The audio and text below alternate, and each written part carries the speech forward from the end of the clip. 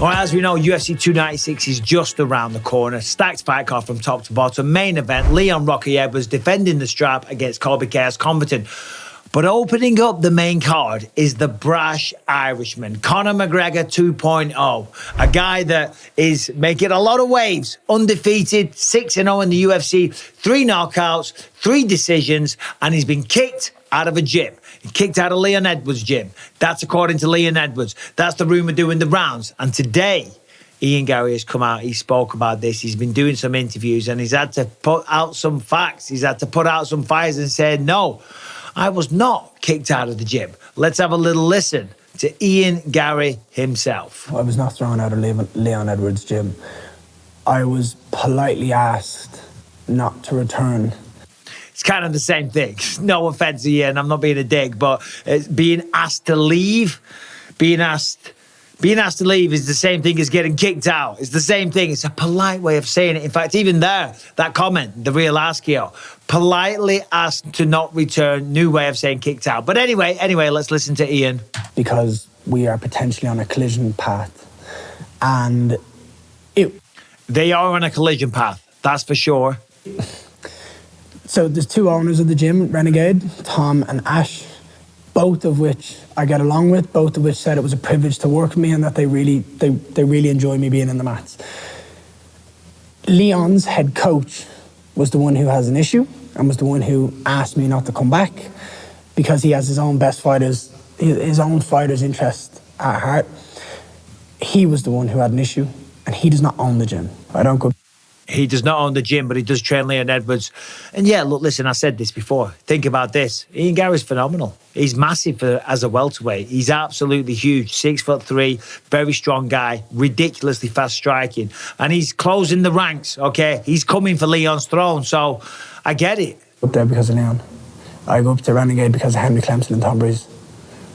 Tom Breeze, by the way, used to fight in the UFC. Phenomenally talented. Very, very good fighter. Very, very technical. So Ian says that's why he was going up there, not because of Leon. Or to Birmingham. I go to Birmingham because of a striking coach outside of Renegade, Henry Clemson, and because of Tom Breeze, the owner of Renegade. I think he's a phenomenal jiu-jitsu grappler. And to learn from him, it's a privilege. I'm not remotely worried about someone's opinions of my culture or my energy on the mats. What he's talking about there is that Leon said that all the time. He shows up with a camera crew and he's late for training sessions and he talks a lot and all the rest of it. And generally, he's just distracted, right? That's what Leon Edwards kind of alluded to in an interview recently. Leon's head coach told me that he didn't want me in the mats because I was a threat, because he doesn't want his fighter having any doubts or insecurities. I'm not saying that Ian Garry's a liar, but I doubt they would use that terminology. I find it hard to believe. I'm not calling Ian a liar, but I'd be very surprised to hear the coach of Leon Edwards saying, listen, we think that you're a threat. Do you know what I mean? I just don't know if they'd use that terminology, that exact wording.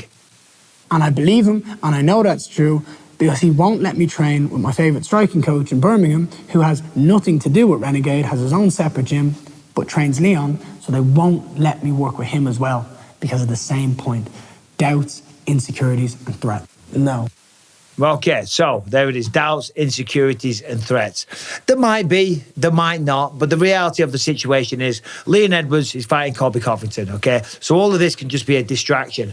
Ian Garry, he's trying to make noise. He's trying to get the attention of Leon Edwards. He's trying to rub him up the wrong way. He's trying to make this fight.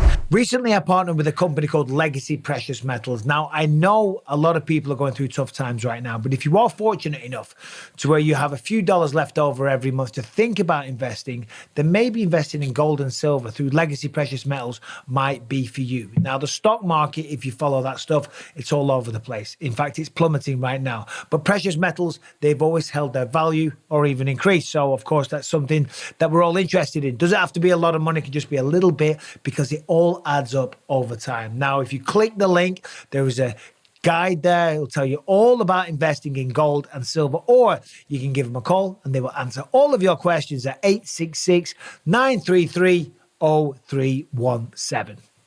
fight. Let's just assume for 1 second that Leon goes out there and beats Colby Covington. I think Colby's got a real tough night at the office, and I do favour Leon. But let's just assume that Leon definitely wins that fight. Who's it going to be next? Okay. Yes, there's a Shavkat Rakhmonov who's also competing on that card. Yes, there's a Vicente Luque who's on the card fighting Ian Garry. But I think the front runner right now, even though Shavkat Rakhmonov, I think is 17-0, and they are all finishes, so his record is better, his resume is great, and he's finished everybody, right? Ian Garry's making noise. Ian Garry's what fight promoters want. Promoters want someone that's going to talk shit, somebody that's going to sell the fight. And this would be a huge fight. England versus Ireland. They put that on a pay-per-view in England next year. That would be phenomenal. You have Tom Aspinall on there as well. I always got to say Tom Jones. I don't know why. You have Tom Aspinall on there as well, right? That's a heavyweight champ. They have a massive, watery, juicy welterweight fight as well. And there you go. Whatever fight that is next year, I think that's where it goes down. Now, Ian Garry's going to get through Vicente Luque. That's not a given. In fact, let's just have a quick look at the fight card, because I am excited for this one. It's coming up just a few weeks away. The last one of the year. Here we go. Leon Edwards versus Colby. That's going to be great. Pantoja. I mean, he was phenomenal against Brandon Moreno last time out. Shavkat Rakhmonov, Stephen Thompson. I mean, come on. What a fight that is. That's unbelievable. Shavkat, undefeated, as I said, 17-0. Stephen Thompson, one of the nicest guys, but you just love to see this man fight. The way that he strikes, the way he puts everything together. And even though he's pushing 40, the speed of the man, Tony Ferguson versus Paddy Pimbett, that's a very, very interesting matchup. And Vicente Luque versus Michel Garry. Unbelievable. What a great way to finish the year. But all that I said, and by the way, look at the undercard. Josh Emmett, Giga Chikadze, that's a great one. Arena Aldana, Cody Garbrandt, Brian Kelleher. There's some awesome fights. Alonzo Menefield, look at that one versus Dustin Jacoby. I mean, Rude Boy Randy Brown versus Muslim Salikov. First fight of the night. It never bloody stops. I mean, that is top to bottom a tremendous night of fights. I'm not going to be there. I'm devastated. I'll be on stage in Manchester with Tom Aspinall and Paul Craig for Tales from the Octagon 2. And we'll be talking about all of these fights. But what do you think? I think Ian Garry is being a genius here. I've said this before, and people went, what do you talk about being a genius? He's creating a rivalry. He's creating bad blood and tension between the two of them. He's getting us all to talk about it, and he's ultimately getting us all interested in the matchup. And you know the UFC is paying attention. The UFC want to go back to Ireland. I don't know if they put a title fight on there, because that would generally be a pay-per-view. But a pay-per-view in England, they've done that when I was the champ. They did it last year when Leon was the champ. And if they do it next year with two champions, Tom and Leon, and Ian Garry, who's now become a big star and very, very relevant in the welterweight division. I mean, come on, that sells itself. What do you think? If that fight happens, who wins, Ian or Leon? Right? They've done a bit of training together. They're threatened, Team Leon. I don't think they're threatened at all. And I think Ian Garry's doing the perfect thing. He's selling this fight like a genius. He's playing him like a fiddle. It's great. It's great. It really is. Listen, it's going to be pissing Leon off, but that's the way it goes. Can't wait for that fight card next month. Subscribe, ring the bell, and I'll see you soon.